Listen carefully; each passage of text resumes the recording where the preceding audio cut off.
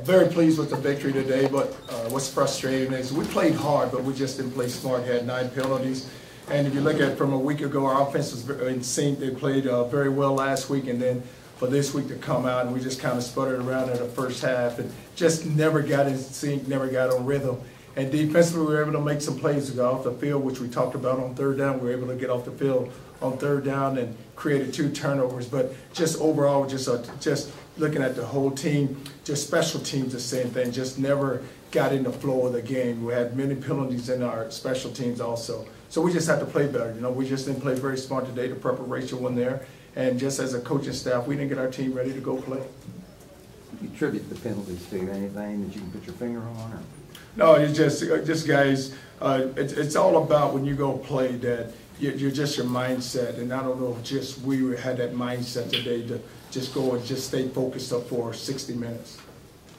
But it wasn't one of those things like, I don't know, Marshall last year where you came out and you said they had the fake juice and you could see it early on and everything like that. It wasn't to that level?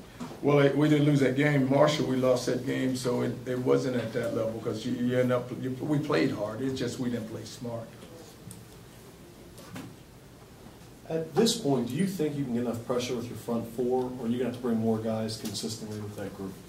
Well, you can get the pressure. Is what's happening is where teams are smart to get the ball out. So it's all 3-step in, throwing the ball down the field. I think we ended up with 1 sack. We were able to get pressure on him 4 or 5 times where he was able to get away from us. But we have to do a better job of just containing the quarterback. And then when you do break open, just stay on your feet and go make the tackle. Coach, you talk about turnovers today. Is that an interception and a fumble recovery? I think they fumbled 3 times. You got 1 of them. Is that more like you want the defense to play? Well, what happened, at least with turnovers, they created where you can get your offense on the field. They can go set up scores for your offense, and that's why you want to get the ball back in. You look at the one Pascal end up picking up a fumble and getting it down the field.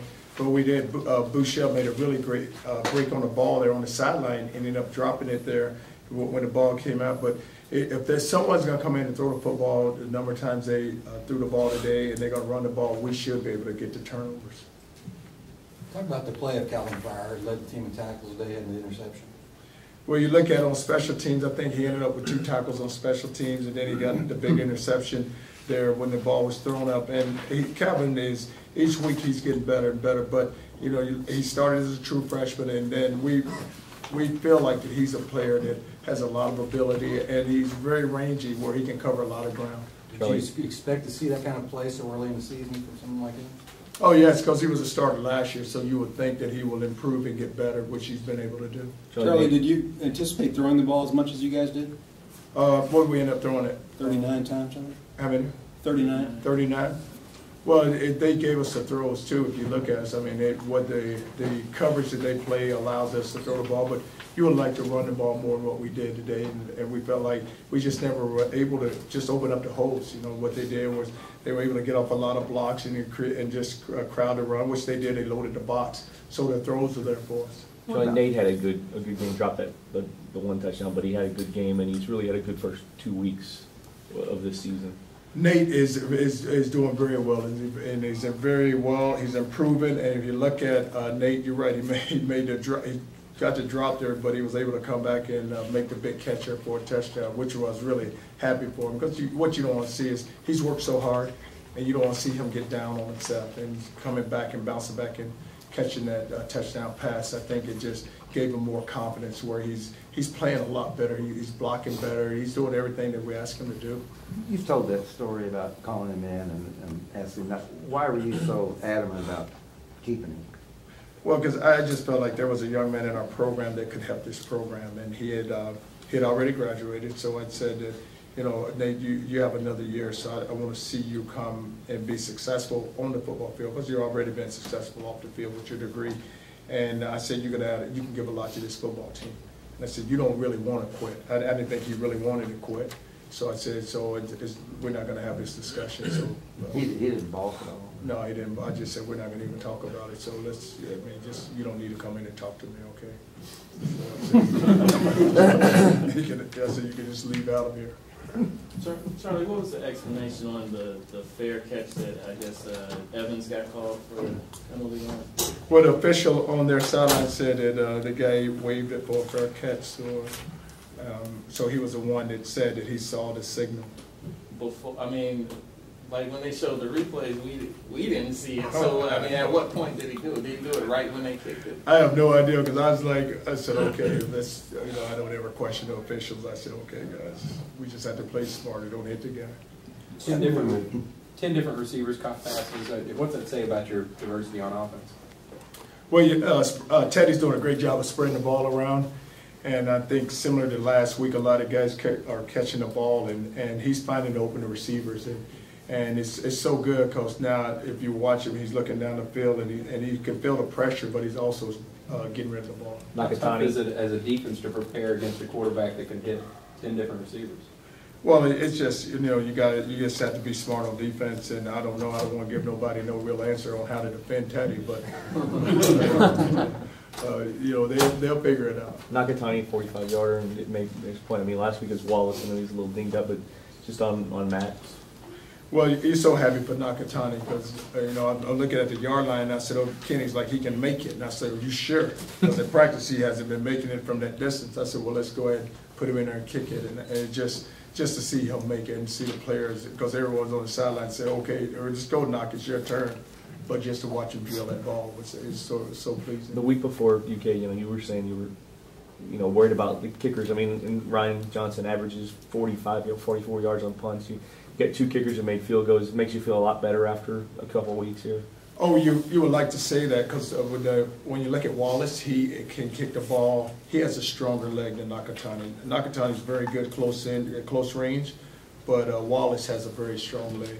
But the thing we have to get better is kicking the ball off. You look at where the ball's dropping. A lot of their balls are getting kicked out of the end zone. You like to see that from our kickers. We have the leg to do it. It's just a matter of us not trying to kill the ball every time. Just hitting the ball and placing it where it needs to be placed. You had a short week. You're playing a rival game last game, and this team is an FCS team. How concerned were you about your team letting down, and how much of a letdown did you see? Well, what you try to talk about all the time is just who we are. Just, guys, we have to get better with our fundamentals. We have to get better with our preparation. When we go play, let's make sure that we don't play to anyone's level. It's all about us each week trying to go get better. And you could see it happening because with the Kentucky rival, here you are, go beat a really good team in Kentucky. Now you have a short week, so that preparation, hey, we have to hurry up and try to get these guys moving fast forward. But today, it was just more of, they played hard, but we just didn't play smart. What was an example of that? Can you give us an example from that game? Just look at the penalties. I mean, we had a penalty where we false started. We had a penalty where we lined up in a neutral zone. You had a penalty with the punt. But it was just all those penalties, the holding calls. I mean, we had a special teams. We hit a guy late on special teams. But it's just been a disciplined football team. Assuming that there are calls the referees miss now and then, did they play that much smarter last week? Well, it's just last week we didn't have any penalties, so I guess. But that's what you have to look at, because a week ago you had no penalties, and then today you have 9. Mm-hmm. So the preparation there, the discipline was there last week.